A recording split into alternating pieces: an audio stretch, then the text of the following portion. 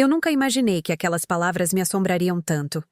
Minha nora criou 4 filhos sozinha, e aparentemente, eu não conseguia nem lidar com ela. A crueldade em sua voz ainda faz minhas mãos tremerem. Hoje, vou contar algo que nunca pensei que compartilharia. Antes de começarmos, eu ficaria imensamente grata se você pudesse curtir este vídeo e considerar se inscrever no canal. Isso me ajuda a continuar compartilhando essas histórias com quem mais precisa. Meu nome é Margarida, e por 67 anos chamei São Paulo de lar. O apartamento antigo em Higienópolis, onde criei meus 3 filhos, ainda tem os mesmos móveis gastos, as mesmas cortinas desbotadas que filtram a luz da manhã em feixes dourados pelo piso de madeira. Toda manhã, acordo às 5h30, um hábito de décadas preparando o café da manhã para uma casa cheia de bocas famintas. Mas agora, o silêncio me cumprimenta como um convidado indesejado. A cafeteira murmura sua canção familiar, mas não há ninguém com quem compartilhar o aroma. Eu sigo minha rotina com uma precisão mecânica, limpando balcões que já estão limpos, dobrando toalhas que não foram usadas, esperando por um telefone que raramente toca. O próprio apartamento conta a história da minha vida em camadas. A mesa da cozinha, onde ajudei com a lição de casa de 3 filhos diferentes ao longo de inúmeros anos escolares. O tapete da sala de estar, gasto em caminhos que levam da porta ao sofá e ao corredor, traçados por anos de pezinhos correndo, pisadas de adolescentes e passos de adultos durante conversas difíceis. As paredes guardam fotografias que mapeiam a passagem do tempo. O dia do meu casamento, quando meu falecido marido, Tomás, me olhou como se eu fosse a pessoa mais incrível do mundo. As fotos do hospital de cada bebê, enrugados, vermelhos e perfeitos. Festas de aniversário com bolos caseiros que nunca ficavam iguais aos das revistas, mas que tinham o gosto do amor. Formaturas do colégio, aprovações no vestibular, casamentos. E então os netos, aqueles rostos preciosos que trouxeram um novo propósito à minha vida. Mas, ultimamente, eu havia notado algo.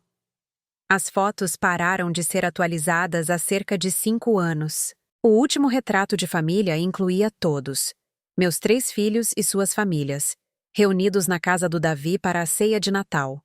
Estamos todos sorrindo, mas se você olhar de perto, pode ver a tensão em minha expressão.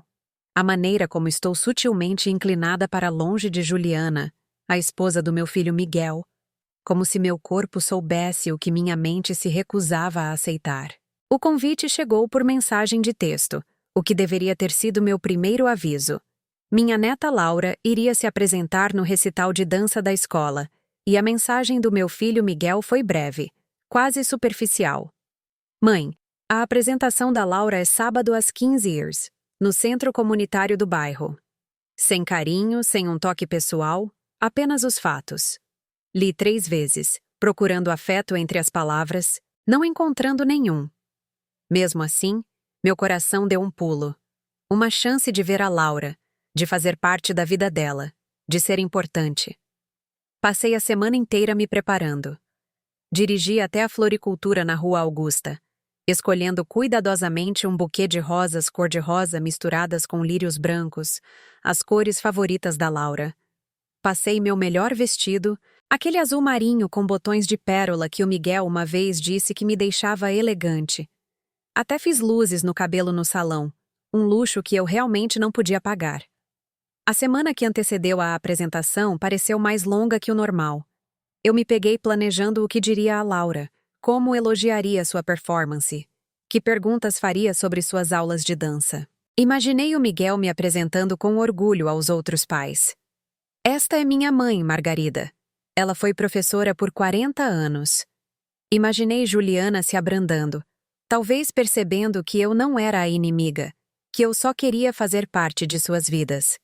Imaginei os meninos, os irmãos mais novos da Laura, correndo para me abraçar como faziam quando eram pequenos. Essas fantasias me sustentaram durante as noites solitárias, os jantares silenciosos para uma pessoa, as longas noites em que o sono vinha com relutância. Pratiquei minha aparência no espelho mais vezes do que gostaria de admitir. O vestido era formal demais? Não era formal o suficiente? As luzes me faziam parecer que eu estava tentando demais? Optei por uma elegância discreta, ou pelo menos o que eu esperava que passasse por isso. Queria parecer uma avó que tinha a vida em ordem, que não estava desesperadamente solitária, que não contava os dias entre os contatos com sua família como um prisioneiro marcando o tempo na parede de uma cela.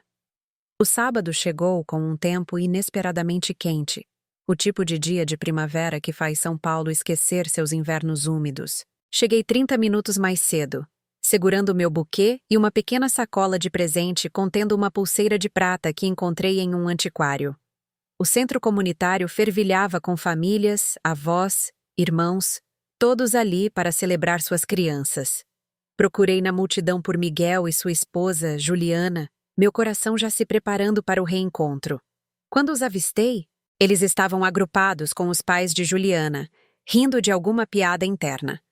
Aproximei-me com meu sorriso mais brilhante, aquele que pratiquei no espelho.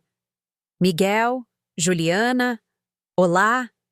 Minha voz soou ansiosa demais, desesperada demais, até para os meus próprios ouvidos. Juliana se virou, e o olhar que ela me deu gelou meu sangue. Não era surpresa, nem mesmo irritação. Era uma avaliação fria, o tipo de olhar que você daria a um estranho que interrompeu uma conversa importante. Ah, Margarida, você veio. A ênfase no você carregava volumes de julgamento não dito. Miguel mal olhou para mim, sua atenção fixa no celular. Oi, mãe. A Laura já vai entrar. É melhor você encontrar um lugar. Não sente-se conosco. Não guardamos um lugar para você. Apenas uma dispensa embrulhada em logística. Observei enquanto os pais de Juliana, os Silveiras, recebiam abraços calorosos e conversas animadas. A mãe dela via fotos no celular de Juliana. Algo sobre a recente viagem deles a Porto de Galinhas. Uma viagem para a qual eu havia contribuído com R$ 25.000 quando Miguel me ligou no mês passado dizendo que estavam com pouco dinheiro para as atividades de verão das crianças. O dinheiro fazia parte da minha poupança para a aposentadoria, dinheiro que ganhei em 40 anos como professora de escola pública, cuidadosamente investido em ações e títulos modestos que cresceram lenta mas firmemente ao longo das décadas. Parada ali, segurando minhas flores como um escudo, senti algo quebrar dentro de mim. Foi sutil, como a primeira fissura em uma barragem antes de ela romper. Observei a senhora Silveira se inclinar para sussurrar algo para Juliana, ambas usando bolsas de grife combinando que provavelmente custavam mais que minha aposentadoria mensal. O senhor Silveira deu um tapa nas costas de Miguel, como se fossem velhos amigos, discutindo sobre partidas de futebol e carteiras de investimento. Eles pertenciam a um mundo do qual eu nunca fiz parte, um mundo de clubes de luxo, férias na Europa e riqueza casual. E meu filho havia escolhido aquele mundo, ou melhor, havia escolhido Juliana, que veio com acesso a esse mundo. Lembrei-me de quando Miguel trouxe Juliana para me conhecer. Ela era recém-divorciada, lutando com 4 filhos pequenos, trabalhando em 2 empregos para sobreviver. Eu gostei dela imediatamente, admirei sua resiliência, sua determinação em sustentar seus filhos apesar das circunstâncias impossíveis. Quando eles se casaram, eu a acolhi completamente. Tratei seus filhos como meus próprios netos, embora eles chamassem os Silveiras de vovô e vovó, e a mim de Dona Margarida. Eu disse a mim mesma que não importava, que o amor não se resumia a títulos. Mas agora, assistindo ao afeto fácil entre a família de Juliana e meu filho, eu me perguntei se tinha sido uma tola. Encontrei um lugar no fundo, sozinha, enquanto os Silveiras se sentavam na primeira fila com Miguel e Juliana. Durante a apresentação de Laura, uma bela peça de dança contemporânea que me trouxe lágrimas aos olhos. Peguei Juliana sussurrando para a mãe, ambas olhando para trás em minha direção antes de caírem em uma risada silenciosa. O buquê parecia pesado em minhas mãos. Quando a apresentação terminou, tentei me aproximar de Laura. Minha doce neta que costumava me ligar toda semana, que costumava implorar para passar os fins de semana no meu apartamento fazendo biscoitos e assistindo a filmes antigos. Mas Juliana me interceptou, seu sorriso afiado como vidro. A Laura está exausta, Margarida. Vamos levá-la direto para casa. Talvez outra hora. Não haveria outra hora, e nós duas sabíamos disso. Entreguei as flores para Juliana, que as aceitou com o entusiasmo de quem recebe uma multa de trânsito. A sacola de presente eu guardei na minha bolsa, incapaz de suportar outra rejeição. Enquanto caminhava para o meu carro, passei por outras famílias se reunindo no estacionamento. Avós sendo agradecidos profusamente, crianças exibindo suas flores e presentes, conversas animadas sobre sair para tomar um sorvete para comemorar. Uma avó estava sendo fotografada com sua neta, ambas sorrindo para a câmera. Eu assisti a essa cena se desenrolar como uma visitante de outro planeta, observando um ritual do qual eu não tinha mais permissão para participar. Meu carro, um Fiat Palio de 12 anos que eu mantinha meticulosamente porque não podia me dar ao luxo de trocá-lo, estava sozinho no canto mais distante do estacionamento. Eu havia estacionado lá para deixar as vagas mais próximas para famílias com crianças pequenas, outro pequeno ato de consideração que passou despercebido e não foi apreciado. Dirigi para casa por ruas embaçadas por lágrimas que me recusei a derramar em público. O apartamento me acolheu com seu vazio familiar. Coloquei a pulseira de prata na minha cômoda, ao lado de uma fotografia do batizado de Laura, quando ela tinha apenas 6 meses e eu ainda era considerada essencial em suas vidas. Naquela noite, não consegui dormir. Fiquei na cama, olhando para o teto, repassando cada momento do dia, procurando o que eu tinha feito de errado. Eu tinha sido disponível demais? Generosa demais? Carente demais? As perguntas circulavam como abutres, bicando minha autoestima. O teto do quarto tinha uma mancha de umidade no canto, com a forma vaga de um pássaro em voo. Eu havia olhado para aquela mancha durante inúmeras noites sem dormir ao longo dos anos. A noite em que Tomás morreu, de repente e sem aviso, de um ataque cardíaco aos 52 anos. As noites depois que cada filho saiu de casa, quando a síndrome do ninho vazio me atingiu como um golpe físico. A noite em que me aposentei, incerta sobre minha identidade sem a sala de aula que me definiu por décadas. E agora, esta noite, processando a rejeição em câmera lenta que vinha se construindo há anos, mas que eu tinha tido medo ou teimosia demais para reconhecer. Na manhã seguinte, domingo, meu telefone tocou. A esperança tremulou estupidamente em meu peito até eu ver o nome de Miguel. Mãe, você pode nos ajudar. O carro da Juliana precisa de conserto, e com as aulas de dança da Laura e o futebol dos meninos, estamos apertados. Sua voz carregava a casualidade ensaiada de alguém que já havia feito essa ligação muitas vezes. Pensei em minhas economias minguantes, a conta de aposentadoria que encolheu de quase R$800 mil para pouco menos de 320 mil nos últimos 5 anos. Cada emergência, cada despesa inesperada, cada oportunidade para os netos havia sido financiada por meus investimentos cuidadosos, minha aposentadoria de professora, meus cheques do INSS. Quanto você precisa? Ouvi-me perguntar, odiando a resignação em minha voz. 15 mil devem cobrir. Você é uma salvação, mãe. Eu te pago de volta. Ele já tinha dito isso antes, dezenas de vezes. O dinheiro nunca voltou. Algo em mim queria desafiá-lo naquele momento. Perguntar por que ele não podia pegar um empréstimo com os Silveiras, que claramente tinham dinheiro de sobra. Perguntar por que os problemas do carro de Juliana eram minha responsabilidade. Perguntar por que, menos de 24 horas depois de ser tratada como uma estranha indesejada na apresentação da minha própria neta, eu deveria abrir minha carteira sem questionar. Mas eu não o fiz. Os velhos padrões estavam muito arraigados, o medo do conflito muito forte, a esperança desesperada de que talvez desta vez, talvez se eu ajudasse só mais uma vez, eles finalmente me apreciariam, finalmente me amariam do jeito que eu precisava ser amada. Os anos de sacrifício passaram pela minha mente como um rolo de filme que eu não conseguia parar. Lembrei-me das noites após a morte do meu marido, quando Miguel tinha 15 anos, minha filha Sara tinha 12 e meu caçula Davi tinha apenas 8. Eu trabalhava em 2 empregos, ensinando durante o dia e dando aulas particulares à noite, garantindo que eles tivessem tudo o que precisavam. Lembrei-me de ter perdido o funeral do meu próprio pai porque Miguel tinha um campeonato de futebol e não podia ir de carro sozinho. Lembrei-me de vender as joias antigas da minha mãe, peças que estavam em nossa família por gerações, para pagar a faculdade de Sara quando sua bolsa de estudos não se concretizou. Lembrei-me de ser fiadora do empréstimo de Davi para seu negócio, aquele que o levou à falência e me deixou responsável por uma dívida de R$120 mil que levei 7 anos para pagar. Aquelas joias ainda me assombram às vezes.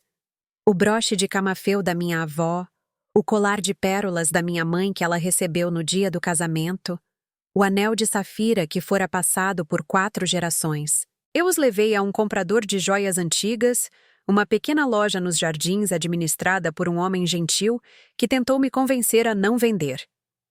Isso tem valor histórico, ele disse. Vale mais do que dinheiro. Mas Sara precisava de R$50 mil imediatamente ou teria que abandonar a faculdade, e eu não podia deixar isso acontecer. Então eu vendi pedaços da minha história, minha herança, as conexões tangíveis com as mulheres que vieram antes de mim. E Sara se formou, conseguiu um bom emprego, construiu uma carreira de sucesso. Ela me agradeceu profusamente na época. Mas nos anos seguintes, a gratidão desapareceu, substituída pela expectativa de que eu sempre sacrificaria o que fosse necessário. E o que eu recebi em troca? Silêncio. Negligência. A lenta e constante erosão do meu valor aos olhos deles. Eu me tornei nada mais do que uma conta bancária com pulso, um recurso a ser explorado quando conveniente e ignorado quando desnecessário. A constatação se abateu sobre mim como um cobertor pesado, sufocante e inegável. Naquela noite, transferi os R$15 mil para a conta de Miguel, vendo meu saldo diminuir com uma sensação de enjoo no estômago. Então fiz algo que nunca havia feito antes. Abri meu notebook e comecei a pesquisar consultores financeiros, procurando alguém que pudesse me ajudar a proteger o pouco que me restava. Os números me encaravam na tela, crus e implacáveis. No meu ritmo atual de doações, eu estaria completamente sem dinheiro em 3 anos. O consultor financeiro que encontrei, um homem chamado Roberto Chaves, especialista em planejamento de aposentadoria, pintou um quadro ainda mais sombrio quando me encontrei com ele na semana seguinte. Dona Margarida, disse ele, analisando as planilhas que eu havia preparado documentando cada saque e transferência. A senhora está a caminho de esgotar suas economias aos 70 anos. Depois disso, viverá apenas com o INSS, o que mal cobre o aluguel e as despesas básicas em São Paulo. Uma emergência médica, uma despesa inesperada, e a senhora pode perder seu apartamento, acabar em uma casa de repouso pelo SUS. Ele me olhou com uma mistura de preocupação profissional e compaixão pessoal. Quem tem pegado esse dinheiro? E por quê? Eu expliquei, minha voz mal passando de um sussurro, sobre os filhos e netos, as emergências e oportunidades, o desejo desesperado de permanecer relevante em suas vidas. Roberto ouviu sem julgamento, mas quando terminei, ele balançou a cabeça. Dona Margarida, eu vejo esse padrão com frequência, especialmente com viúvas e mães solteiras. Seus filhos são adultos. Eles estão fazendo escolhas que exigem mais dinheiro do que têm e, em vez de ajustar suas escolhas, estão ajustando a sua aposentadoria. Isso não é sustentável e, mais importante, não é justo. As semanas que se seguiram foram uma aula de negligência emocional. Meu aniversário veio e se foi em uma terça-feira no final de maio. Esperei o dia todo por ligações que nunca vieram. A caixa de correio continha apenas contas e propagandas. Meu telefone permaneceu em silêncio, exceto por ligações de telemarketing oferecendo planos de celular. Fiz um bolo pequeno para mim, um bolo de fubá com cobertura de goiabada, do tipo que minha mãe costumava fazer. Acendi uma única vela e cantei parabéns para mim mesma, minha voz falhando nas notas altas. A solidão era uma presença física na sala, sentada à minha frente na mesa da cozinha, zombando da minha solitude.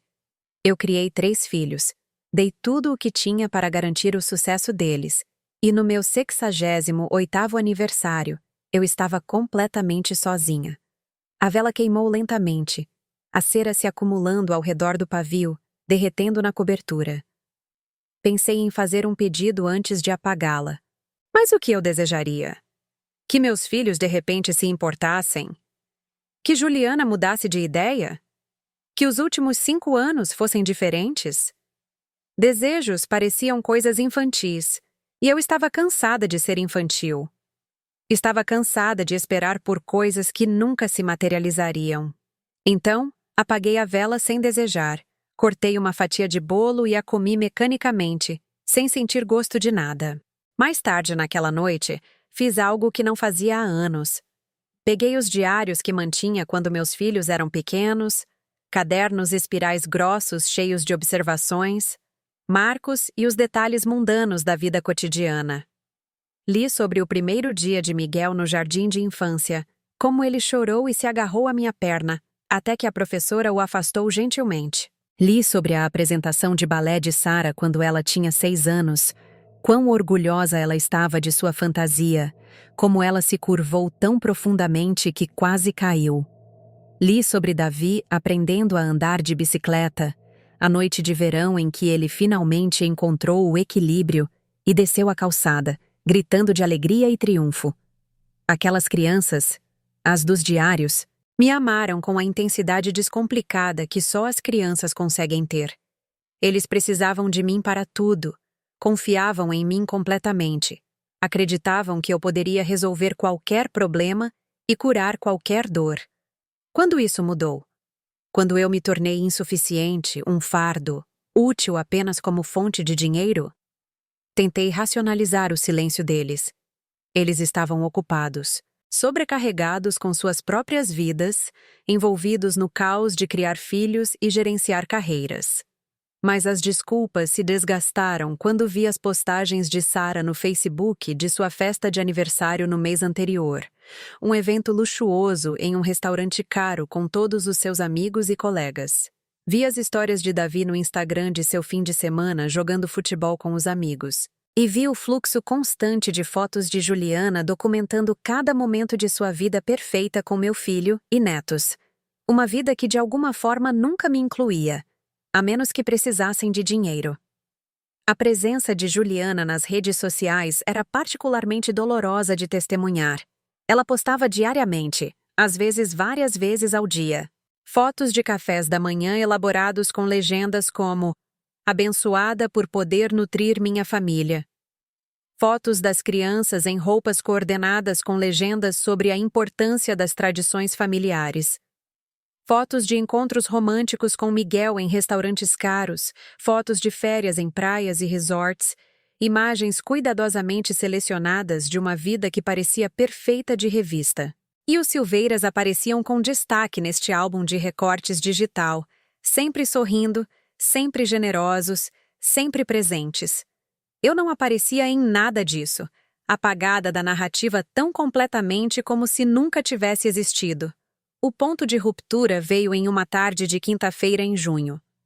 Eu estava limpando o armário do corredor, uma tarefa que vinha evitando há meses, quando encontrei uma caixa de cartas e cartões antigos. Curiosa, abria, esperando encontrar lembranças sentimentais de tempos melhores.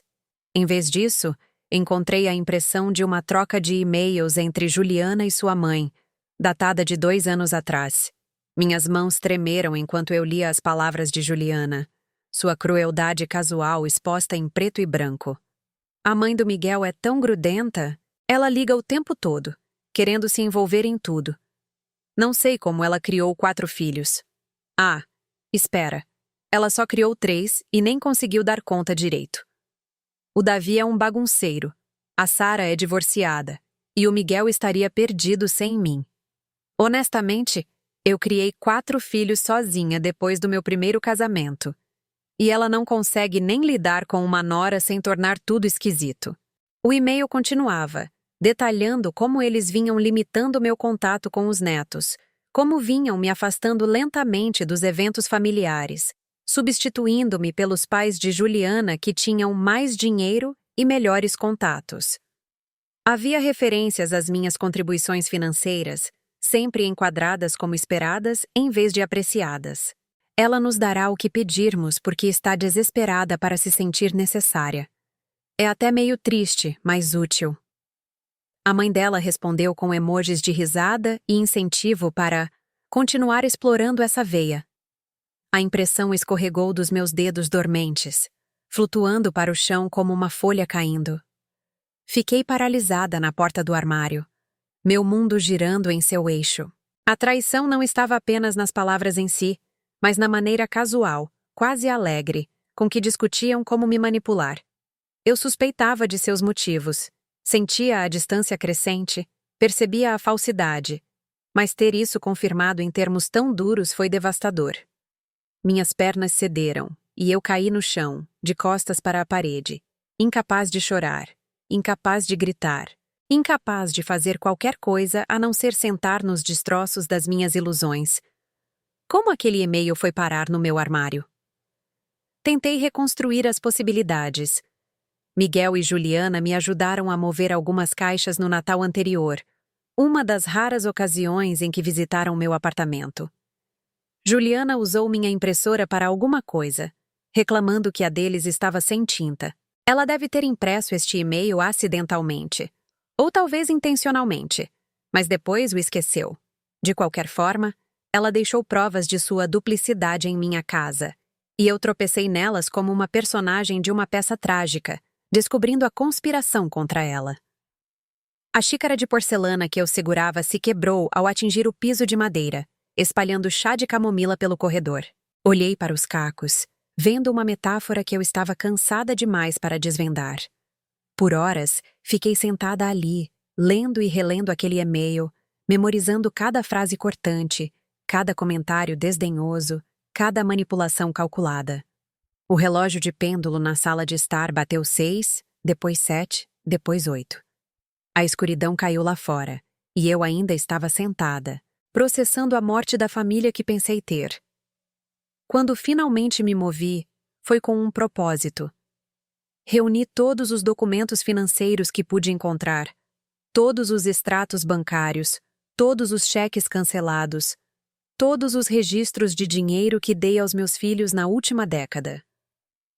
Os números eram impressionantes. Além da poupança de aposentadoria que eu havia esgotado, havia os pequenos presentes, os empréstimos de emergência que nunca foram pagos, a ajuda temporária, que se tornou permanente. Estimativas conservadoras colocavam minhas contribuições totais em mais de R$600 mil. Esse dinheiro poderia ter sido uma aposentadoria confortável, viagens, segurança, liberdade. Em vez disso, comprou-me desprezo e exclusão. Fiz um chá, minhas mãos firmes agora, e sentei-me à mesa da cozinha com um bloco de notas amarelo. Pela primeira vez na vida, eu ia dizer não. Não apenas uma vez, mas sistematicamente, permanentemente. Eu ia estabelecer limites, proteger a mim mesma, recuperar minha dignidade. O medo da solidão que me controlou por tanto tempo parecia menos assustador do que a realidade de ser usada. Eu preferia estar sozinha a ser tolerada. Preferia o silêncio ao falso afeto. Preferia não ter nada a dar, tudo para pessoas que me valorizavam em nada. Naquela noite, redigi um e-mail para Miguel. Levei 17 tentativas até encontrar as palavras.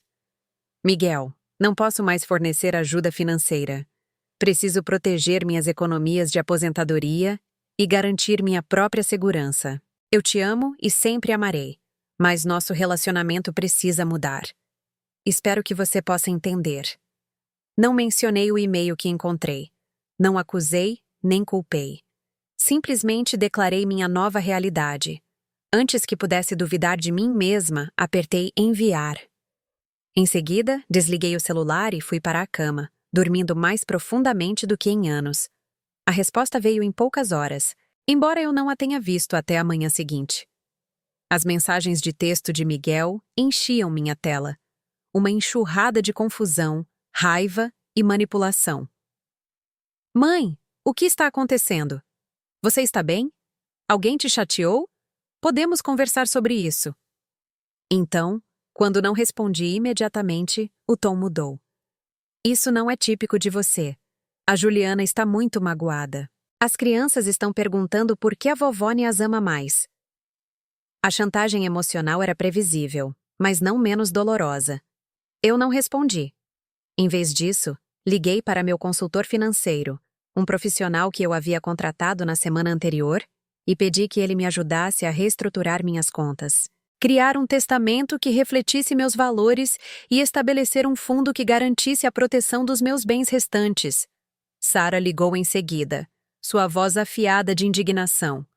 Mãe, o Miguel me disse que você os cortou. O que deu em você? Eles têm 3 filhos, precisam de ajuda. Você sempre esteve lá por nós. Por que está sendo tão egoísta agora? A palavra egoísta me atingiu como um tapa. Egoísta por querer sobreviver aos meus anos de aposentadoria com dignidade? Egoísta por me recusar a ir à falência por filhos que não se deram ao trabalho de ligar no meu aniversário? Encontrei minha voz, calma e clara. Sara, eu dei tudo o que tinha por 40 anos. Não é egoísmo me proteger, é necessário. Ela desligou na minha cara. O silêncio depois que Sara desligou foi profundo. Fiquei sentada segurando o telefone, olhando para a tela, processando o que acabara de acontecer. Minha filha, a criança pela qual sacrifiquei as joias da minha mãe, me chamou de egoísta e desligou na minha cara. A ironia era tão afiada que era quase engraçada. Quase. Pensei em ligar de volta, tentar explicar. Mas qual seria o sentido? Ela deixou sua posição clara. Eu era um recurso que, de repente e inexplicavelmente, parou de fornecer, e ela estava com raiva por isso. Meus sentimentos, minhas necessidades, minha sobrevivência não entraram em seus cálculos. Davi, meu caçula, foi o único que se aproximou com algo parecido com empatia. Mãe, ouvi o que está acontecendo. Eu entendo. Sei que nem sempre fui grato por tudo que você fez. Se precisar de espaço, tire. Apenas saiba que eu te amo. Suas palavras foram um pequeno consolo na tempestade. Embora eu me perguntasse se sua bondade sobreviveria quando ele precisasse de dinheiro e me encontrasse indisposta. O tempo diria. Liguei para Davi mais tarde naquele dia, precisando ouvir uma voz amigável. Ele atendeu no segundo toque. Oi, mãe. Como você está aguentando? A pergunta simples, feita com preocupação genuína, quase me desmontou. Estou bem, consegui dizer. Tem sido difícil, mas acho que estou fazendo a coisa certa. Davi suspirou. Eu também acho. Olha, sei que me aproveitei da sua generosidade. Aquele empréstimo para o negócio que deu errado, eu nunca te agradeci direito por cobri-lo. Fiquei com vergonha e lidei com isso mal, mas quero que saiba que eu vejo o que você fez por mim. Por todos nós. E me desculpe por não termos apreciado mais. Conversamos por quase 1 hora. A conversa mais longa que tive com qualquer um dos meus filhos em meses. Davi me contou sobre seu novo emprego, seus planos de colocar as finanças em ordem, seu relacionamento com uma mulher com quem ele estava sério. Ele perguntou sobre minha vida, meus interesses, meus planos. Era o tipo de conversa que eu ansiava, e me lembrou que nem todos os meus relacionamentos estavam além do reparo. Apenas a maioria deles.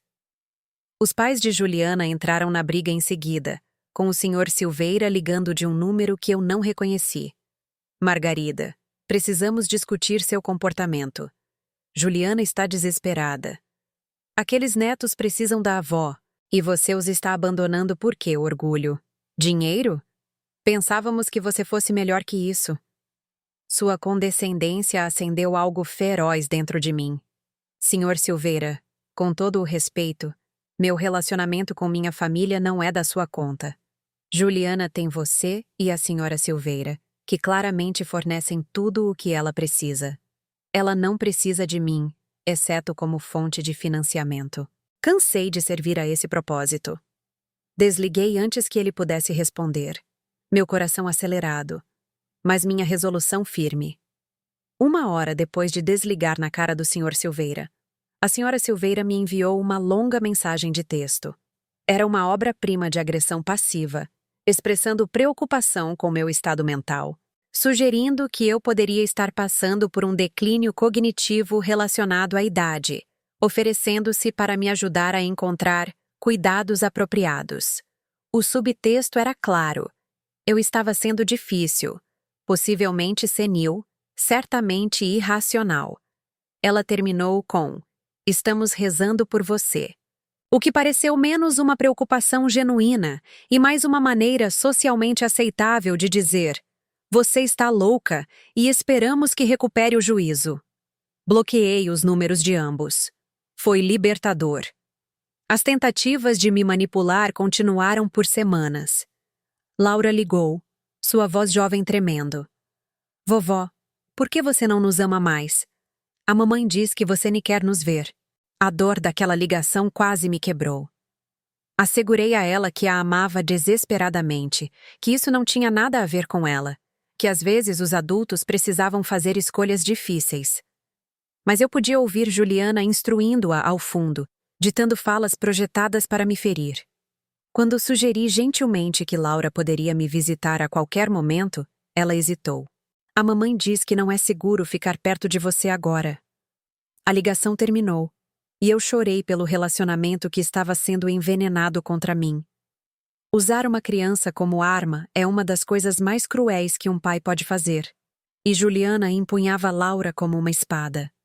Pensei em ligar para o conselho tutelar, em documentar a manipulação emocional, mas o que eu relataria? Que uma mãe estava virando a filha contra a avó? Isso não era ilegal, apenas profunda e fundamentalmente errado. Em vez disso, escrevi uma carta para Laura, explicando em termos apropriados para a idade que eu a amava, que relacionamentos de adultos eram complicados, que às vezes as pessoas se distanciavam, mas isso não significava que o amor desaparecia. Enviei para a casa deles, sabendo que Juliana provavelmente a interceptaria, mas precisava tentar de qualquer maneira. Mas havia um ponto de luz na escuridão. Dona Clara Mendes, minha vizinha há 15 anos, bateu na minha porta uma noite com uma lasanha caseira e um sorriso conhecedor. Eu ouvi algumas das ligações através das paredes. Ela admitiu. "A construção desses prédios antigos é fina. Margarida, quero que saiba que você está fazendo a coisa certa. Eu vi minha irmã ser consumida pelos filhos até não sobrar nada dela. Não deixe que isso aconteça com você." Sentamos juntas, comendo lasanha e bebendo vinho. E pela primeira vez em meses, me senti vista. Clara não precisava de nada de mim. Ela apenas gostava da minha companhia. A novidade dessa simples verdade foi quase avassaladora. Clara me contou sobre sua irmã, Patrícia, que morreu há 3 anos, aos 72. "Ela deu tudo aos filhos", disse Clara, seus olhos distantes com a lembrança. "Seu dinheiro, seu tempo, sua saúde. Ela trabalhou até os 68 anos, porque continuava a tirá-los de problemas financeiros. Quando finalmente se aposentou, não tinha nada guardado. Acabou em uma casa de repouso pública. E você sabe com que frequência seus filhos a visitavam? Uma vez. Uma única vez nos 2 anos antes de morrer. Eles estavam muito ocupados para ver a mulher que sacrificou tudo por eles." A voz de Clara falhou. "Eu nem quero que isso seja você, Margarida. Você merece coisa melhor." Com o incentivo de Clara, dei meu primeiro passo em direção à libertação. Quando Miguel ligou pedindo dinheiro para uma viagem em família à Disney, citando como isso criaria memórias para os netos, eu disse não. A palavra soou estranha na minha língua, como falar um idioma que eu nunca aprendi. "Não, Miguel, não posso ajudar com isso." O silêncio do outro lado da linha se estendeu tanto que pensei que ele tivesse desligado. Então, sua voz fria e seca. "Tudo bem, daremos um jeito. Claramente nem podemos mais contar com você." Ele desligou, e eu fiquei sentada segurando o telefone, esperando a culpa me esmagar, mas ela não veio. Em vez disso, senti algo leve e desconhecido. Alívio. Naquela noite, fiz algo que não fazia há décadas. Preparei um jantar de verdade para mim, não sobras ou algo rápido, mas uma refeição real com salada e uma taça de vinho. Arrumei a mesa com minha porcelana boa, o conjunto que eu guardava para ocasiões especiais que nunca chegavam. Acendi velas e coloquei música. Elis Regina cantando sobre amor e perda. Comi devagar, saboreando cada mordida, presente no momento em vez de me preocupar com quem precisava do que de mim. Depois do jantar, tomei um banho de banheira com óleos caros que recebi de presente anos atrás e nunca usei. Fiquei de molho até a água esfriar, lendo um romance que comecei e abandonei 3 vezes porque crises familiares continuavam interrompendo. Na manhã seguinte, acordei sem o nó familiar de ansiedade no estômago. Ninguém precisava de mim hoje. Ninguém esperava nada de mim. A liberdade era inebriante e aterrorizante na mesma medida. Fiz café e sentei na minha pequena varanda, observando o bairro acordar, sentindo-me uma estranha na minha própria vida. Meu telefone permaneceu em silêncio, e percebi que preferia assim. As ligações sempre traziam estresse, nunca alegria. Eram exigências disfarçadas de conexão. Nas semanas seguintes, estabeleci novas rotinas centradas em mim mesma. Entrei para um clube do livro na biblioteca local, cheio de mulheres da minha idade, com vidas e histórias fascinantes. Comecei a fazer caminhadas matinais no Parque Ibirapuera, alimentando os patos e observando o nascer do sol pintar o horizonte de São Paulo em tons de rosa e dourado. Fui voluntária em um centro comunitário ensinando português para imigrantes, encontrando um propósito em ajudar pessoas que genuinamente apreciavam meus esforços. Minha conta bancária parou de sangrar dinheiro. Meus níveis de estresse caíram. Eu dormi a noite inteira pela primeira vez em anos. O clube do livro se tornou uma fonte inesperada de alegria. Nos reuníamos a cada 2 quartas-feiras na biblioteca, um grupo de 8 mulheres com idades entre 60 e 82 anos. Líamos de tudo, de ficção literária a mistérios e memórias, e nossas discussões iam muito além dos próprios livros. Essas mulheres viveram vidas plenas, sobreviveram a divórcios e viuvez, criaram filhos, construíram carreiras, viajaram o mundo. Elas tinham sabedoria, humor e uma irreverência que achei revigorante. Quando compartilhei cautelosamente minha história, elas assentiram com compreensão. Quase todas elas tinham uma história semelhante de serem usadas pela família, de finalmente traçar limites, de escolherem a si mesmas.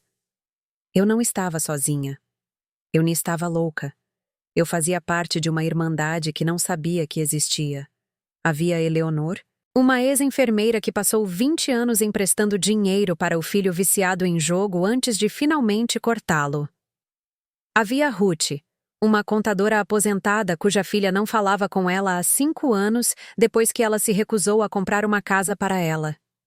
Havia Marta, cuja família inteira esperava que ela cuidasse de graça de 7 netos enquanto todos trabalhavam, sem nunca se oferecerem para pagá-la ou mesmo agradecê-la consistentemente. Cada mulher tinha uma história, e cada história ressoava com a minha de maneiras que eram ao mesmo tempo desoladoras e curativas. Em nosso terceiro encontro, estávamos discutindo uma memória sobre afastamento familiar, quando Eleonor disse algo que mudou completamente minha perspectiva. "Sabe o que eu percebi?" disse ela, com a voz firme e clara. "Meu filho nem me amava menos quando parei de lhe dar dinheiro. Ele nunca me amou de verdade. Ele amava o que eu podia fazer por ele. E uma vez que aceitei essa verdade dolorosa, pude começar a lamentar o relacionamento que pensei que tínhamos e começar a construir uma vida que me girava em torno das necessidades dele." As palavras pairaram no ar, e eu as senti se acomodarem em meus ossos como a verdade costuma fazer, desconfortável e inegável. Começamos a nos encontrar para um café entre as sessões do Clube do Livro. Esse grupo de mulheres que eram estranhas, mas se tornaram minha tábua de salvação. Fomos a museus juntas, experimentamos novos restaurantes Assistimos a shows no parque. Pela primeira vez em décadas, eu tinha amizades que alimentavam minha alma em vez de drená-la. Essas mulheres comemoravam minhas pequenas vitórias, a primeira vez que eu disse não sem culpa. A primeira semana em que não verifiquei meu telefone obsessivamente esperando o contato dos meus filhos. A primeira vez que gastei dinheiro comigo mesma sem me sentir egoísta. Elas entendiam, de maneiras que minha família nunca entendeu, que o autocuidado não era egoísmo, era sobrevivência. Mas minha família não estava pronta para me deixar ir tão facilmente. A manipulação financeira era sua principal ferramenta, e com essa avenida fechada, eles mudaram de tática. Sarah começou a ligar regularmente, cheia de preocupação com minha saúde mental. Mãe, estamos preocupados com você. Você está se isolando. Isso não é saudável. Talvez você devesse conversar com alguém, procurar ajuda. A implicação era clara. Eu estava instável, possivelmente senil, certamente não competente para tomar minhas próprias decisões. Assegurei a ela que estava bem, melhor do que bem, mas ela persistiu. Estamos pensando em fazer uma visita só para ver como você está. A ameaça de uma intervenção pairava não dita entre nós. Davi enviava e-mails longos e confusos sobre união familiar e perdão, citando versículos da Bíblia sobre honrar os pais e manter as famílias unidas. A ironia de filhos dando lições de moral sobre valores familiares à mãe me passou despercebida. Miguel simplesmente parou de ligar. Seu silêncio um castigo projetado para me fazer reconsiderar. Mas eu passei anos demais correndo atrás de pessoas que não queriam ser alcançadas. Eu estava cansada de atuar para uma plateia que nunca aplaudiria. O verdadeiro teste veio no final de agosto. Os pais de Juliana estavam organizando uma reunião de família em sua casa de veraneio em Angra dos Reis. Era um evento luxuoso, pelas descrições que eu ouvi, com buffet, barcos alugados e fotógrafos profissionais para capturar os momentos familiares perfeitos. Eu não fui convidada. Isso não foi surpreendente, mas o que veio a seguir foi. Laura ligou do telefone de Juliana, sua voz brilhando de excitação. Vovó! Vamos ter uma grande festa na casa de praia dos Silveiras. Todo mundo vai estar lá. Você pode ajudar a pagar pelo meu vestido novo. A mamãe diz que os que temos não são bonitos o suficiente para o fotógrafo. O pedido foi feito com tanta inocência, tanta confiança infantil, que Juliana podia manipular através dela. Respirei fundo, me firmando. Laura, querida, a vovó não pode ajudar com isso, mas espero que você se divirta muito na festa. Houve uma pausa, então a voz de Juliana substituiu a de Laura, afiada e acusadora. Sério, Margarida? Você não pode nem comprar um vestido para sua neta? Prefere que ela se sinta envergonhada na frente de toda a família? Eu podia imaginá-la, com o telefone pressionado contra o ouvido, já compondo a narrativa da avó egoísta que valorizava o dinheiro acima da felicidade da neta. Juliana, há vestidos no armário da Laura que são perfeitamente apropriados. Isso nem é sobre necessidade. É sobre manipulação. Eu não vou mais participar disso. Desliguei antes que ela pudesse responder, minhas mãos tremendo, mas minha consciência limpa. A festa aconteceu sem mim, como eu sabia que aconteceria. As redes sociais forneceram vislumbres das festividades, as postagens cuidadosamente selecionadas de Juliana mostrando uma família perfeita, livre da minha presença. Os Silveiras presidiam tudo como monarcas benevolentes, sua riqueza e influência em plena exibição. Meus filhos sorriam nas fotos, com os braços ao redor dos pais de Juliana, os avós substitutos que não pediam nada e davam tudo. Estudei aquelas imagens por mais tempo do que deveria, procurando algum sinal de que eu fazia falta, não encontrando nenhum. Mas algo havia mudado dentro de mim. A dor ainda estava lá, mas não me definia mais. Tomei uma decisão naquela noite. Eu ia visitar uma advogada, nem apenas para planejamento financeiro, mas para deixar meus desejos cristalinos. Meu testamento seria atualizado para refletir a verdade dos meus relacionamentos. A maior parte do meu patrimônio, o pouco que restava, Iria para instituições de caridade que realmente ajudavam as pessoas, organizações que apoiavam idosos abandonados, programas de alfabetização, educação musical para crianças carentes. Meus filhos receberiam valores simbólicos, o suficiente para tornar o testamento legal, mas não o suficiente para sustentar seus estilos de vida privilegiados. E eu incluiria uma carta explicando minhas escolhas, não para magoá-los, mas para dizer verdades que tive medo demais de dizer em vida. A advogada Patrícia Moraes sentou-se à minha frente em seu escritório no centro da cidade. Sua expressão simpática, mas profissional, enquanto eu explicava a minha situação. Dona Margarida, eu lido com casos como este com mais frequência do que a senhora imagina. Filhos adultos que veem seus pais como caixas eletrônicos, que pegam e nunca dão nada em troca. A senhora está fazendo a escolha certa para se proteger. Ela redigiu documentos que me deram controle sobre minhas finanças, estabeleceu diretivas de saúde que excluíam meus filhos dos papéis de tomada de decisão e criou um testamento que refletia meus valores, em vez de suas expectativas. Assinar aqueles papéis foi como assinar minha própria declaração de independência. Setembro trouxe o ar fresco e a promessa do outono, minha estação favorita. As folhas no Parque Ibirapuera começaram sua transformação, passando do verde para tons brilhantes de âmbar e carmesim. Comecei a planejar algo com que sonhava há anos, mas nunca pensei ser possível. Uma viagem. Não uma viagem em família onde eu pagaria por todos e gerenciaria a logística sem receber nenhum apreço. Uma viagem solo, só para mim, para um lugar que eu sempre quis visitar. Eu ensinei literatura brasileira por 4 décadas, e Salvador sempre me chamou, aquela cidade mística de axé, história e resiliência.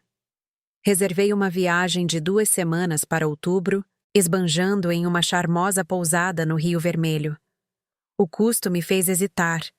Velhos hábitos custam a morrer, mas lembrei a mim mesma que era para isso que o dinheiro servia. Viver. Experimentar. Não para acumular para emergências que meus filhos fabricariam e eu financiaria. Não contei a ninguém sobre meus planos, nem mesmo a Clara, preocupada que de alguma forma a informação vazasse e minha família encontrasse uma maneira de estragar tudo. O confronto que eu temia finalmente aconteceu em meados de setembro. Miguel apareceu no meu apartamento sem avisar, com Juliana e os 3 netos a tiracolo. Eu os ouvi no corredor antes de baterem. A voz de Juliana instruindo as crianças a parecerem tristes e dizerem à vovó que sentem falta dela. A manipulação era tão flagrante, tão descarada, que quase me fez rir. Quase. Abri a porta e os encontrei arranjados como um quadro vivo, cada rosto com uma expressão de tristeza ensaiada. "Mãe, precisamos conversar", começou Miguel, passando por mim para dentro do apartamento sem ser convidado. Juliana o seguiu, conduzindo as crianças com suspiros teatrais. "Isso já foi longe demais. Você está destruindo esta família por causa de dinheiro. Você sabe o quão egoísta isso te torna? O quanto você está magoando essas crianças?" Ele gesticulou para Laura e seus irmãos, que pareciam mais confusos do que magoados, claramente sem entender o roteiro que deveriam seguir. Permaneci de pé, recusando-me a sentar e fazer o papel de anfitriã graciosa. "Miguel, você e a Juliana podem ir embora quando quiserem. As crianças podem ficar, se quiserem. Podemos fazer biscoitos e conversar sobre a escola." O rosto de Laura se iluminou com a sugestão, mas Juliana rapidamente a cortou. "Eles nem vão ficar. Viemos aqui como uma família para te dizer que seu comportamento é inaceitável. Você nos deve uma explicação." A palavra "deve" acionou algo primitivo em mim. "Eu não devo nada a vocês", disse eu em voz baixa, cada palavra deliberada. "Eu dei tudo a vocês por anos. Meu tempo, meu dinheiro, minha energia, meu amor. Sacrifiquei minha própria aposentadoria, meus próprios sonhos, minha própria vida para garantir que vocês tivessem tudo o que precisavam. E o que recebi em troca? Desprezo, manipulação, exclusão. Eu encontrei o e-mail, Juliana. Aquele em que você me chamou de grudenta e patética e falou sobre como era útil que eu desse a vocês o que pedissem. O rosto de Juliana ficou pálido, depois vermelho.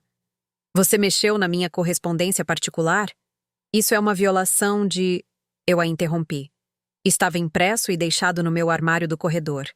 Talvez você devesse ser mais cuidadosa com sua crueldade. Miguel olhou de uma para a outra, confuso. Que e-mail? Do que ela está falando? Juliana gesticulou com a mão, desdenhosa. Nada. Ela está inventando coisas. Ela claramente não está bem, Miguel. Eu te disse que deveríamos ter trazido um médico. Fui até meu quarto e peguei a impressão, que guardei como prova da minha sanidade quando eles inevitavelmente tentassem me pintar como delirante. Entreguei a Miguel sem dizer uma palavra. Ele leu lentamente, sua expressão mudando de confusão para desconforto e para algo que poderia ser vergonha. Ju, você escreveu isso? Sua voz era fraca, a de um menino pedindo à esposa que, por favor, lhe dissesse que aquilo não era real. Juliana arrancou o papel das mãos dele. E daí se escrevi.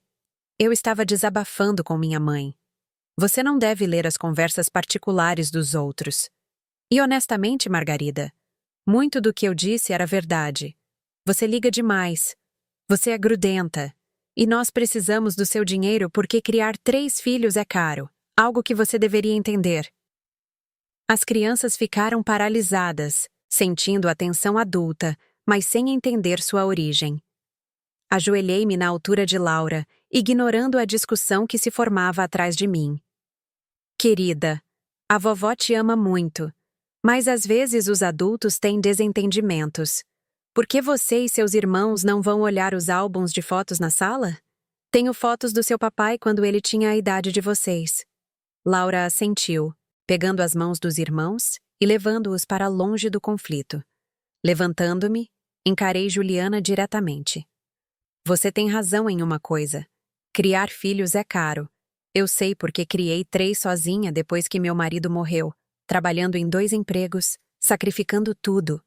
E nunca pedi dinheiro aos meus pais porque entendia que minhas escolhas eram minha responsabilidade. Você e Miguel escolheram ter 3 filhos.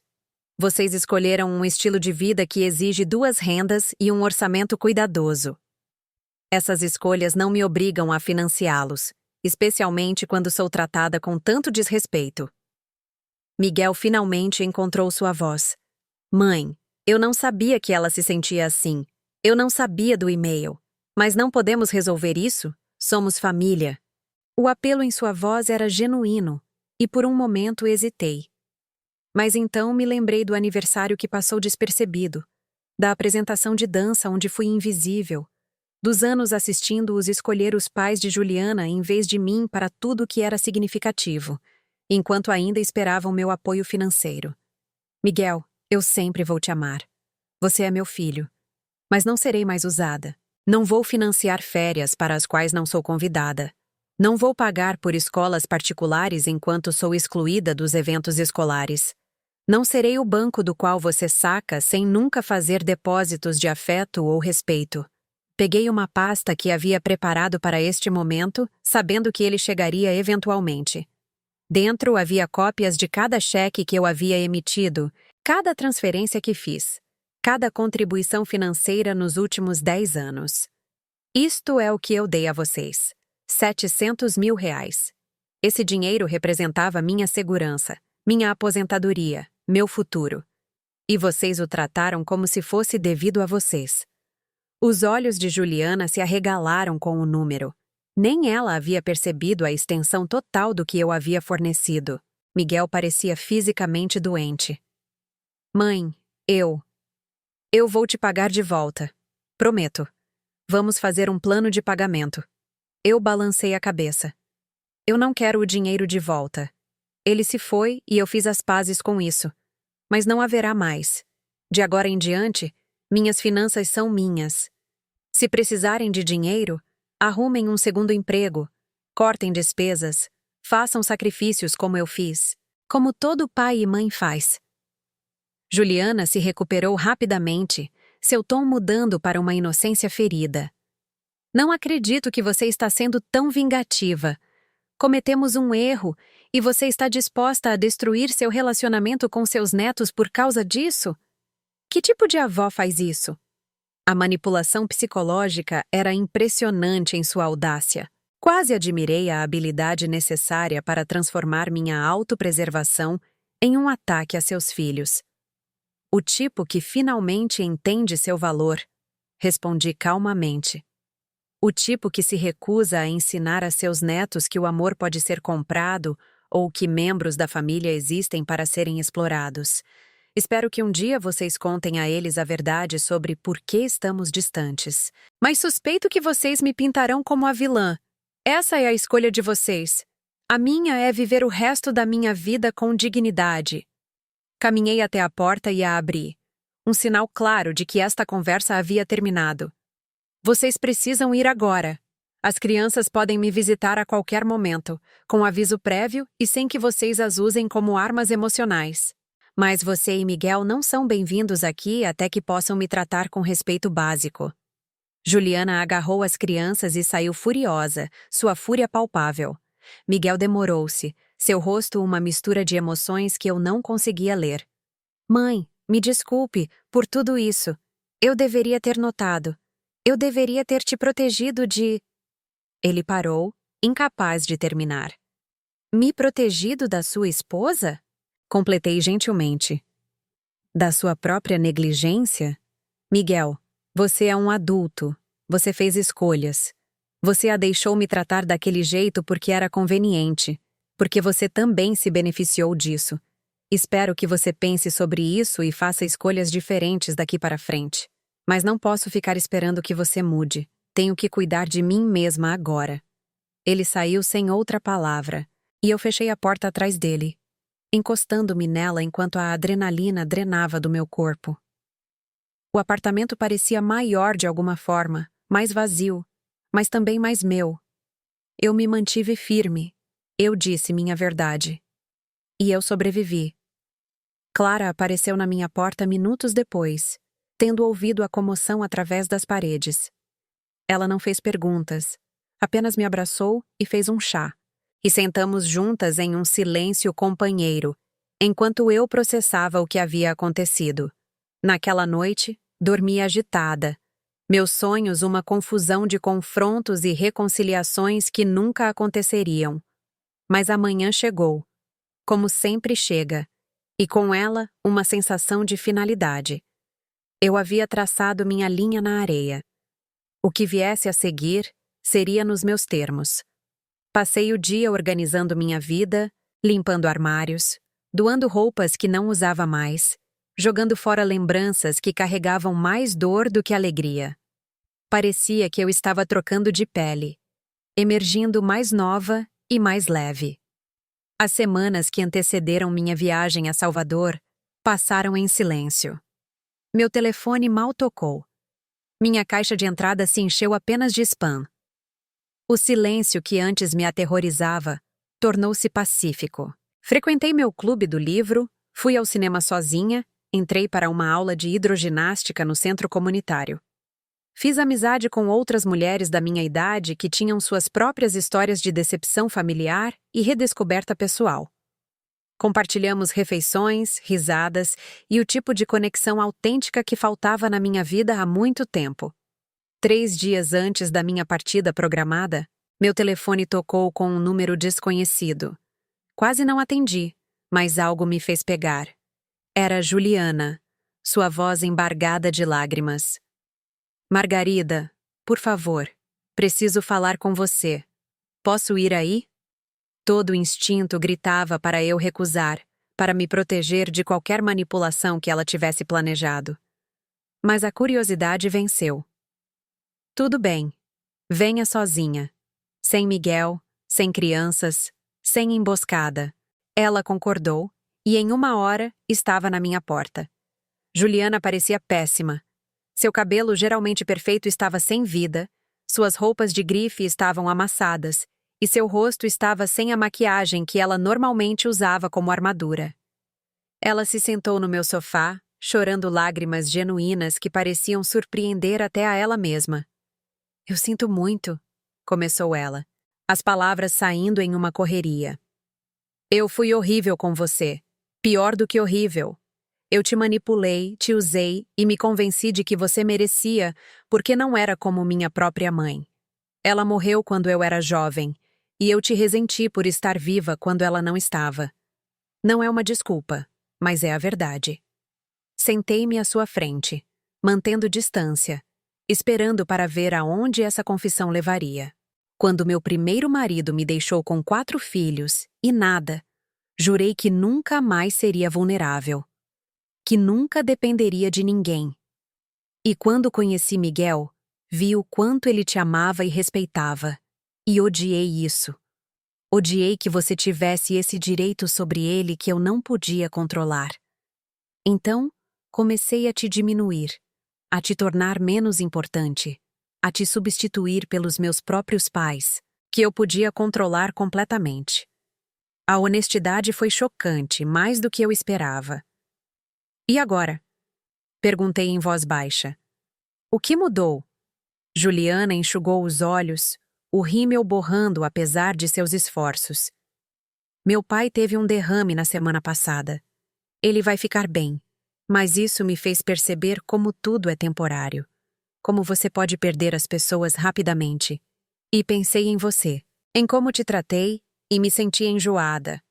Não espero que você me perdoe. Não mereço perdão. Mas eu queria que você soubesse que eu vejo o que fiz.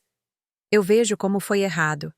Parte de mim queria aceitar esse pedido de desculpas, reconstruir a ponte, ter minha família de volta. Mas eu havia aprendido muito sobre mim mesma nos últimos meses para cair em velhos padrões. Juliana, eu aprecio você dizer isso.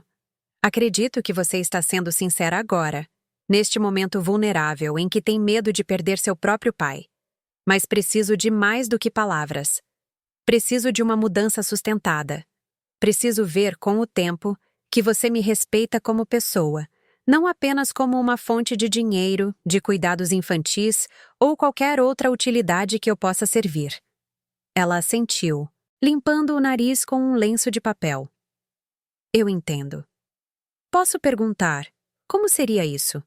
O que eu precisaria fazer? A pergunta pareceu uma armadilha, como se ela quisesse que eu fornecesse uma lista de tarefas que ela pudesse completar para reconquistar minha confiança e, presumivelmente, meu talão de cheques.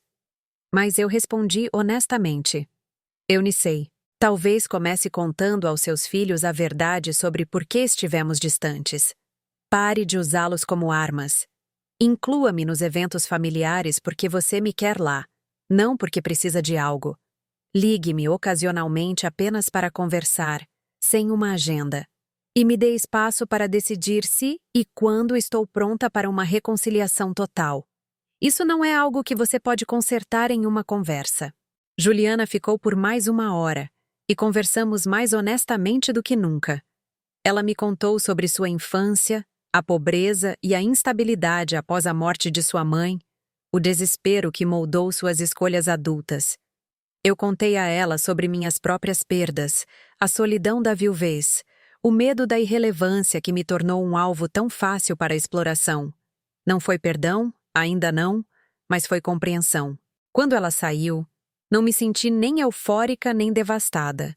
Apenas cautelosamente esperançosa de que talvez, eventualmente, pudéssemos encontrar um caminho mais saudável. Não contei a ninguém sobre a visita de Juliana, nem mesmo a Clara. Parecia frágil demais, incerto demais para expor a opiniões externas.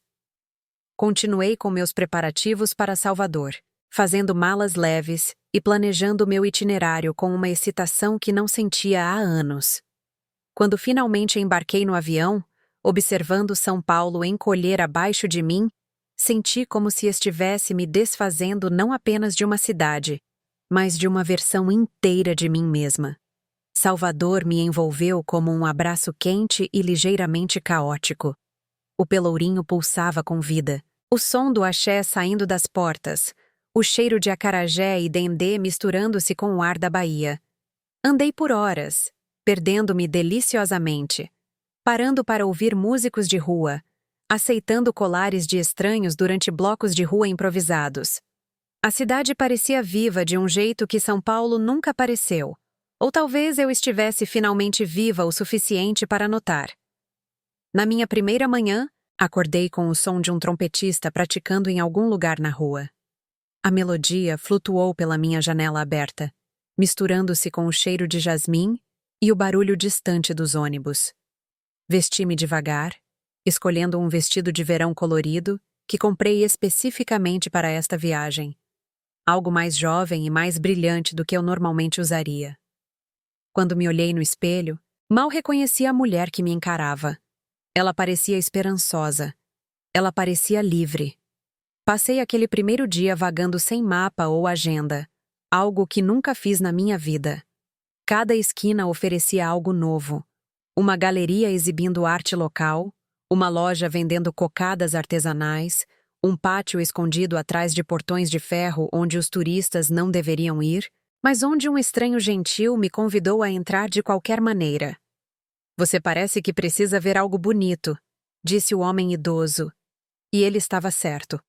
O jardim era um festival de cores e fragrâncias, e sentei-me em um banco de pedra por quase 1 hora, apenas respirando e sendo. Em um café na ladeira do Carmo, conheci Diana, uma mulher perto da minha idade que também viajava sozinha. Nos conectamos tomando um café com leite e descobrimos que estávamos hospedadas na mesma pousada. Ela tinha olhos gentis e linhas de riso que falavam de uma vida plenamente vivida. Quando ela perguntou se eu estava viajando sozinha, eu disse sim com orgulho em vez de vergonha. "Muito bem", disse ela, levantando a xícara em um brinde. "Eu também. Primeira vez em 43 anos. A Diana se tornou minha companheira durante grande parte da viagem, embora dessemos espaço uma à outra quando necessário. Ela era uma enfermeira aposentada de Curitiba, recém-divorciada após 40 anos de casamento, recuperando sua identidade uma aventura de cada vez.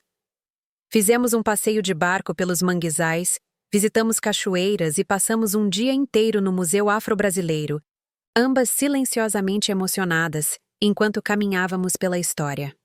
À noite, sentávamos na varanda da nossa pousada, bebendo vinho e compartilhando nossas histórias. Contei a ela tudo, toda a saga dolorosa, e ela ouviu sem julgamento, oferecendo seus próprios contos de complexidade familiar. A história de Diana era diferente da minha, mas igualmente dolorosa. O marido a deixara por uma mulher mais jovem, um clichê tão comum que virou piada, exceto que quando você está vivendo, não há nada de engraçado nisso. Seus filhos adultos ficaram do lado do pai, acusando Diana de ser fria e pouco afetuosa, reescrevendo 40 anos de história para justificar o abandono. "Eles agem como se eu fosse a vilã da infância deles", ela me disse uma noite, sua voz embargada de vinho e emoção. Mas eu estava lá para cada joelho ralado, cada coração partido, cada triunfo e fracasso. Onde ele estava? No trabalho, no futebol, com a amante, como se descobriu. Mas de alguma forma eu sou a vilã. Passamos horas comparando notas, encontrando um humor sombrio nas semelhanças de nossas situações. Ambas tínhamos dado tudo para famílias que não conseguiam ver nosso valor. Ambas tínhamos sido consideradas difíceis quando finalmente nos defendemos. Ambas tínhamos sido rotuladas de egoístas por querermos respeito básico. E ambas, finalmente, estávamos aprendendo a construir vidas que não giravam em torno de pessoas que não nos valorizavam de verdade.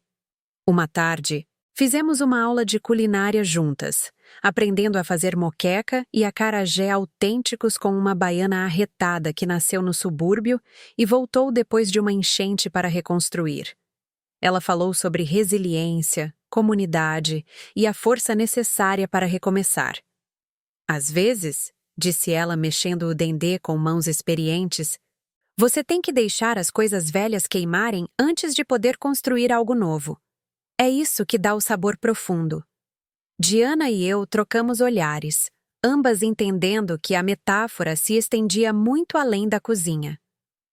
Uma noite, fomos a uma casa de show tradicional para ouvir samba de roda. A música encheu aquele espaço pequeno e sagrado, e eu me peguei chorando, dominada pela beleza, pela libertação e pela pura alegria de estar exatamente onde eu queria estar, sem obrigações com ninguém além de mim mesma.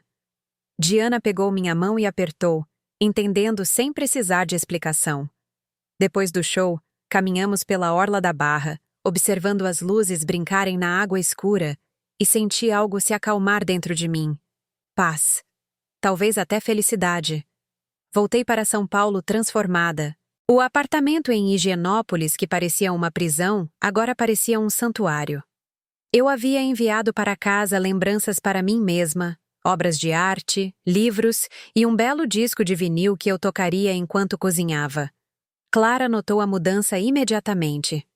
Você parece 10 anos mais jovem, declarou ela, insistindo para que eu jantasse com ela e contasse tudo. Enquanto eu narrava minhas aventuras, percebi que mal havia pensado no meu drama familiar por 2 semanas inteiras. A ansiedade constante, a verificação do meu telefone em busca de mensagens que não viriam, os pensamentos circulares sobre o que eu tinha feito de errado, tudo isso esteve ausente. Eu simplesmente vivi. Alguns dias após meu retorno, Laura ligou do telefone de Miguel. Vovó, a mamãe disse que você viajou. Você me trouxe alguma coisa? A pergunta inocente me fez sorrir. Sim, querida. Você gostaria de vir aqui ver? Houve uma pausa, uma conversa abafada. Então Laura voltou. A mamãe disse que me traz no sábado, se estiver tudo bem para você. Era quarta-feira. Juliana estava perguntando, não exigindo, me dando um aviso, seguindo os limites que eu havia estabelecido. Era uma coisa pequena, mas importava. O sábado chegou, e com ele Laura, sozinha com Juliana, que perguntou hesitantemente se poderia entrar por alguns minutos. Eu concordei, e sentamos na minha sala de estar como estranhas educadas, conversando trivialidades enquanto Laura explorava meus tesouros de Salvador. Eu havia comprado para ela um livro infantil sobre a cidade, lindamente ilustrado, e uma pequena máscara decorada com penas e lantejoulas. Laura ficou encantada, colocando a máscara e dançando pela sala, fazendo nós duas rirmos. Juliana observava a filha com uma expressão que eu não conseguia ler. Então ela disse: Margarida, eu estou fazendo terapia, 2 vezes por semana, trabalhando em muitas coisas. Minha terapeuta me ajudou a ver como eu projetei meus problemas de abandono em você, como eu te puni pela morte da minha mãe, mesmo que você não tivesse nada a ver com isso. Estou tentando mudar. É lento, e eu ainda erro, mas estou tentando. Eu assenti, reconhecendo seus esforços sem me comprometer com nada. Isso é bom, Juliana. Terapia é um trabalho árduo. Fico feliz que você esteja fazendo isso. Ela saiu depois de 20 minutos, dando um abraço em Laura e prometendo voltar em 2 horas. Aproveite o tempo com a vovó, disse ela, e não havia sarcasmo nisso, nenhuma agenda oculta que eu pudesse detectar. Laura e eu fizemos biscoitos, a cozinha se enchendo com o cheiro de gotas de chocolate e baunilha. Conversamos sobre a escola, seus amigos e suas aulas de dança. Ela não mencionou os problemas de dinheiro, o drama familiar, ou qualquer uma das complexidades adultas que haviam envenenado nosso relacionamento. Ela era apenas uma criança passando tempo com sua avó, e isso era o suficiente. Nos meses seguintes, pequenas mudanças se acumularam. Juliana começou a me enviar fotos ocasionais das crianças, sem pedir nada, apenas compartilhando momentos. Miguel ligou no meu aniversário. Uma conversa curta, mas genuína, onde ele perguntou sobre minha vida em vez de falar sobre suas próprias necessidades. Sara me convidou para almoçar, só nós duas, e se desculpou por não acreditar em mim quando tentei explicar meu lado. Davi continuou sua presença constante, ligando todo domingo como um relógio, nunca pedindo dinheiro, apenas querendo se conectar. Os limites financeiros permaneceram firmes. Quando Miguel mencionou que estava com dificuldades com os presentes de Natal, resisti ao antigo impulso de intervir e resolver o problema. Isso é difícil, eu disse com simpatia. Talvez as crianças pudessem fazer presentes artesanais este ano. Algumas das minhas memórias de infância favoritas são os artesanatos que fazíamos para os parentes. Ele fez uma pausa, depois riu. Acho que poderíamos fazer isso. Obrigado, mãe. Nenhum pedido de dinheiro, nenhuma culpa quando eu não ofereci. Progresso. Passei minhas primeiras festas de fim de ano em anos fazendo exatamente o que eu queria. Clara e eu fomos voluntárias em um sopão comunitário no Natal, servindo refeições para pessoas que tinham ainda menos do que eu. Isso colocou minhas próprias lutas em perspectiva e me encheu de gratidão pelo que eu tinha, não de amargura pelo que perdi. O ano novo foi tranquilo, apenas eu, uma pequena árvore e uma pilha de livros que eu pretendia ler. Meus filhos enviaram cartões e pequenos presentes. Enviei cartões de volta, com vales presente para restaurantes locais para as famílias desfrutarem juntas. Sem dinheiro, sem cheques grandes, apenas gestos atenciosos que mostravam que eu me importava sem permitir a dependência. O novo ano trouxe desenvolvimentos inesperados. O pai de Juliana se recuperou totalmente do derrame e, em sua reabilitação, ele e a senhora Silveira reavaliaram seu relacionamento com a família de Miguel. Eles começaram a reduzir o apoio financeiro, incentivando Miguel e Juliana a fazer um orçamento melhor e a viver dentro de suas posses. Ironicamente, isso criou uma oportunidade para Juliana e eu nos conectarmos em um terreno mais igualitário. Ela ligou uma noite, frustrada e com medo da situação financeira deles, e eu ouvi sem me oferecer para consertar. Vocês vão dar um jeito, eu disse a ela. Você é inteligente e capaz. Faça um orçamento, corte despesas desnecessárias. Talvez você pudesse voltar a trabalhar meio período agora que as crianças estão todas na escola. Eram as mesmas sugestões que eu teria feito antes, mas agora elas vinham sem um cheque acompanhando. Ela as ouviu de forma diferente por causa disso. A primavera chegou, e com ela um convite que me surpreendeu. Miguel e Juliana estavam renovando seus votos no 15º aniversário de casamento. Uma pequena cerimônia no quintal de casa apenas com a família próxima. O convite era escrito à mão. A caligrafia cuidadosa de Juliana expressando que eles ficariam honrados com minha presença. Nenhuma menção a dinheiro, nenhum pedido de ajuda com o buffet ou decoração. Apenas um convite para testemunhar e celebrar. Eu fui, usando um vestido que comprei em Salvador, sentindo-me nervosa e esperançosa. A cerimônia foi simples e sincera. Quando eles trocaram os votos, Miguel incluiu uma frase sobre honrar todas as mulheres que o moldaram, mencionando especificamente a mim e o que eu lhe ensinei sobre sacrifício e força. Eu chorei, lágrimas genuínas de emoções mistas. Os votos de Juliana mencionaram sua própria mãe, e então, olhando diretamente para mim, ela disse: "E eu prometo honrar a família que construímos juntos, incluindo aqueles que eu errei, mas que me mostraram graça."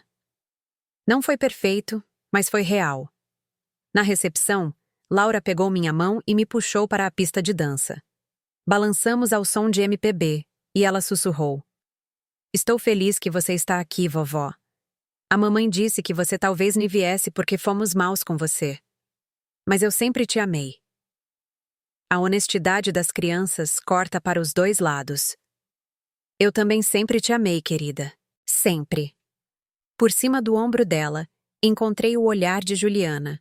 Ela articulou um "obrigada", e eu assenti, aceitando a gratidão sem precisar diminuí-la ou inflá-la. Éramos todos obras em andamento.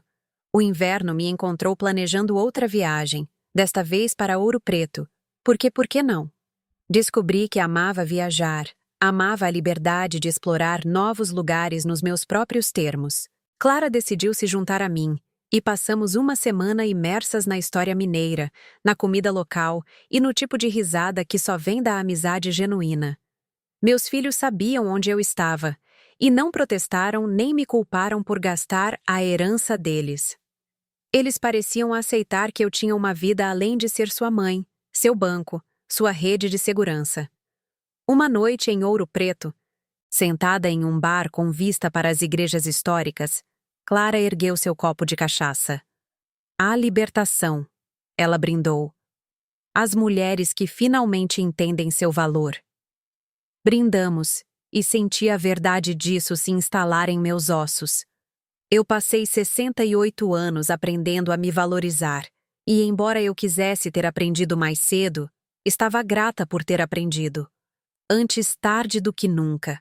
Quando voltei para casa, havia uma carta de Sara esperando. Ela escreveu em vez de ligar, querendo expressar algo complicado demais para uma conversa por telefone.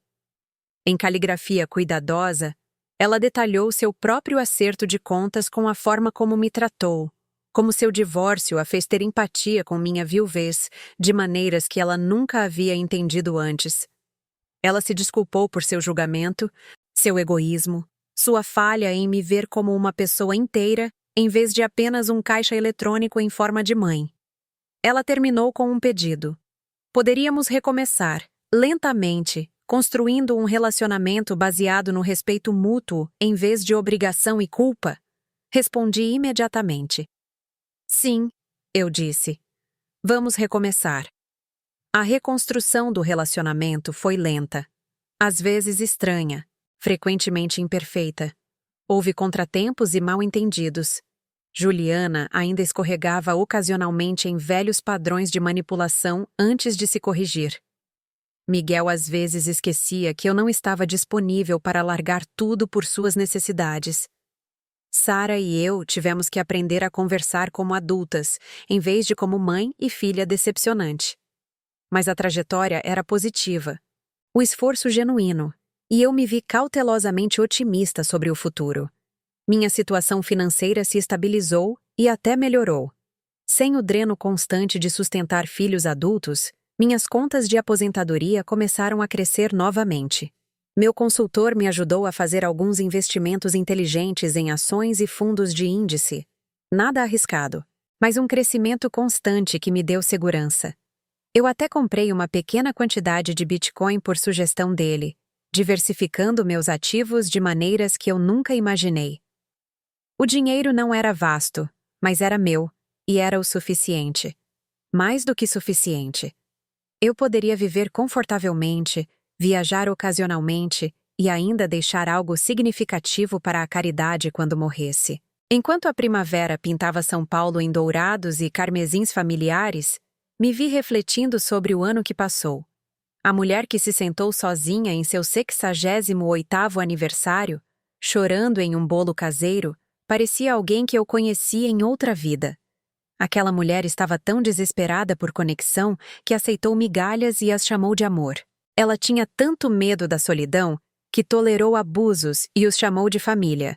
Ela estava tão condicionada a servir aos outros que esqueceu que também merecia ser servida. A mulher que eu me tornei era diferente. Não mais dura, exatamente, mas mais clara. Mais certa de seus limites. Mais confiante em seu valor. Mais disposta a ficar sozinha do que a ser maltratada. Aprendi que solidão e solitude nem são a mesma coisa. Solidão é estar cercada de pessoas que não te veem. Solitude é estar sozinha com alguém que você respeita. Você mesma. Aprendi que a família não é definida por sangue ou obrigação, mas por cuidado e respeito mútuo. Aprendi que nunca é tarde para recuperar sua vida, sua dignidade, seu direito à felicidade. Numa noite de outubro, sentei-me na minha varanda enrolada em um cobertor, observando o pôr do sol sobre o horizonte de São Paulo. O ar carregava o primeiro indício do frio do inverno, mas eu me sentia aquecida, contente. Meu telefone vibrou com uma mensagem de Laura. Podemos fazer biscoitos neste fim de semana? Só eu e você? Sorri, respondendo com meu consentimento. Outra mensagem chegou, esta de Diana em Curitiba, compartilhando fotos de sua última aventura solo em Portugal e me incentivando a me juntar a ela na primavera para uma viagem à Irlanda. As possibilidades se estendiam diante de mim, limitadas apenas pela minha imaginação e coragem.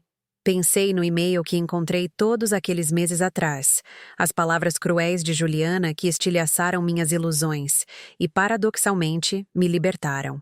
Aquela traição foi um presente, forçando-me a confrontar verdades que eu vinha evitando. Se eu nunca tivesse visto aquelas palavras, poderia ter continuado naquele limbo doloroso indefinidamente, dando tudo e não recebendo nada, morrendo lentamente de inanição emocional, enquanto me convencia de que era amor. O pôr do sol se aprofundou, roxos e rosas riscando o céu. Ergui minha taça de vinho em um brinde silencioso a mim mesma, a jornada que fiz, a mulher pela qual lutei para me tornar. Para cada pessoa que já se sentiu usada, diminuída ou desvalorizada, não é tarde demais. Você pode dizer não. Você pode estabelecer limites. Você pode escolher a si mesmo sem ser egoísta.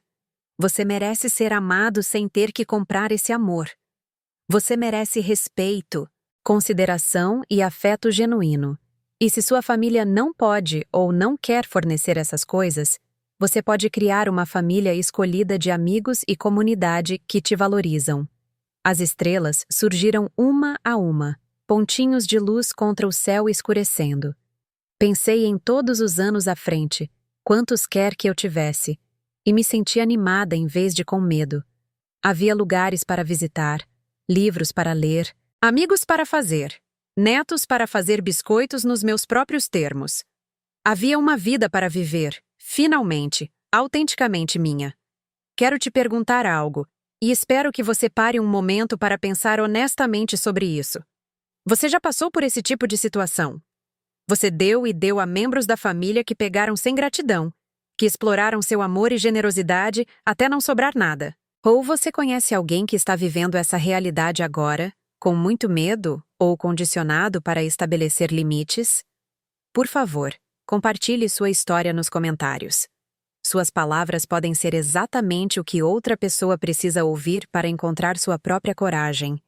E se esta história ressoou com você, se você se sentiu visto, compreendido ou inspirado, ficaria grata se você curtisse este vídeo e se inscrevesse no canal. Essas histórias importam. Elas alcançam pessoas que precisam delas, que se sentem sozinhas em suas lutas, que se perguntam se a mudança é possível. Ao se inscrever e compartilhar, você ajuda essa mensagem a se espalhar para quem mais precisa. Obrigada por ouvir minha jornada. Obrigada por estar aqui.